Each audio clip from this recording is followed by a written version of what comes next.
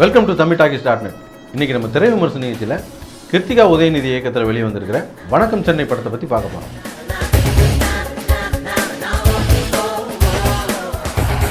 வணக்கம் சென்னை இந்த படத்தோட இயக்குனர் கிருத்திகா உதயநிதி சுமாராக ஒரு 60 வருட பாரம்பரியமும் 4 தலைமுறையாக சினிமா துறையில் கொடிகட்டி பறந்துக்கிட்டு இருக்கிற குடும்பத்திலேருந்து வந்திருக்கிற இவங்க கலைஞர் மு கருணாநிதி, இயக்குநர்களில் ஸ்வர்ணம், அமிர்தம், முரசொலி மாறன், மூகா முத்து, மூகா தமிழரசு, கலாநிதி மாறன், தயாநிதி மாறன், அருள்நிதி, உதயநிதி இவங்க வரிசையில் இப்போது நேரடியாக ஒரு பெண் அதுவும் இயக்குனராக அறிமுகமாயிருக்காங்க.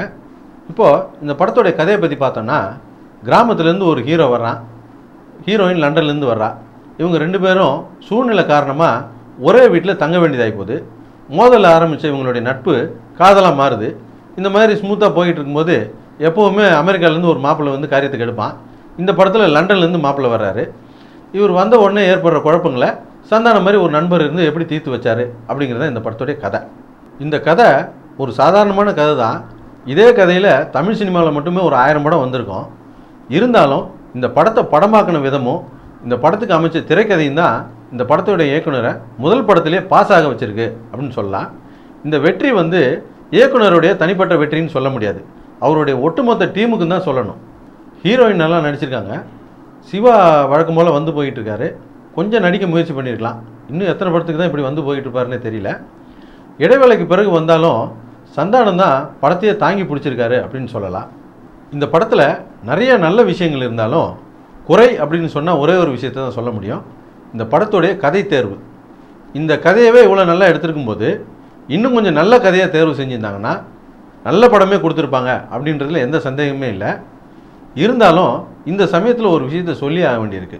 சமீபத்தில் வெளியே வந்த யதார்த்த படம், தரமான படம்னு சொல்லக்கூடிய ராம் இயக்கத்தில் வெளியே வந்த தங்க மீன்கள்ன்ற படம் ரிலீஸ் தேதியை 2 முறை அறிவிச்சும் கூட அந்த படம் 2 முறை போஸ்ட்போன் ஆகி அதுக்கப்புறம் தான் படம் ரிலீஸ் ஆச்சு.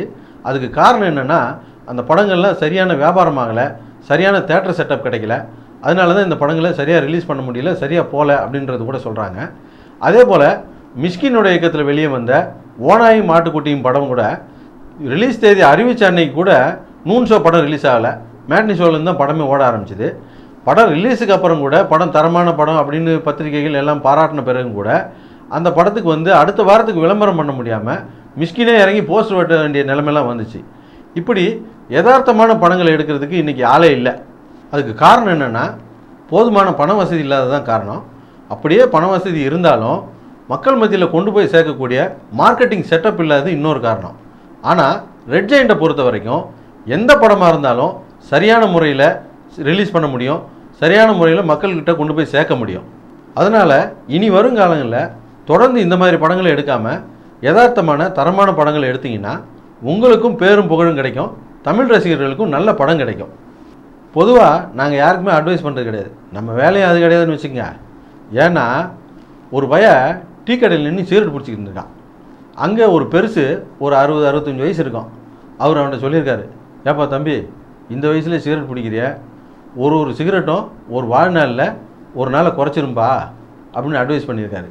அதுக்கு அவன் அந்த பெருசை பார்த்து, எங்கள் தாத்தா 94 வயசு வரைக்கும் உயிரோடு இருந்தார் தெரியுமா அப்படின்னு இருக்கான். ஏன் உங்கள் தாத்தா சிகரெட் பிடிப்பாரா அப்படின்னு கேட்டுருக்கான். அதெல்லாம் கிடையாது, அவர் இந்த மாதிரி அடுத்தவங்க விஷயத்தெல்லாம் மூக்க நுழைக்க மாட்டார் அப்படின்னு இருக்கான். என்ன வில்லத்தனம் பாருங்க, நமக்கு எதுக்கு வம்பு, நம்ம ஒரு 200 வருஷம் வாழ்கிறதுக்கு ஐடியா பண்ணுவோமே, என்ன சொல்கிறீங்க? எங்களுடைய நிகழ்ச்சிகள் உங்களுக்கு பிடித்திருந்தால் உடனுக்குடன் கண்டு மகிழ கீழே உள்ள சப்ஸ்கிரைப் பட்டனை அழுத்தவும். எங்களுடைய நிகழ்ச்சிகள் உங்களுக்கு மிகவும் பிடித்திருந்தால் உங்களுடைய நண்பர்களுக்கு ஷேர் செய்யவும். நன்றி, வணக்கம்.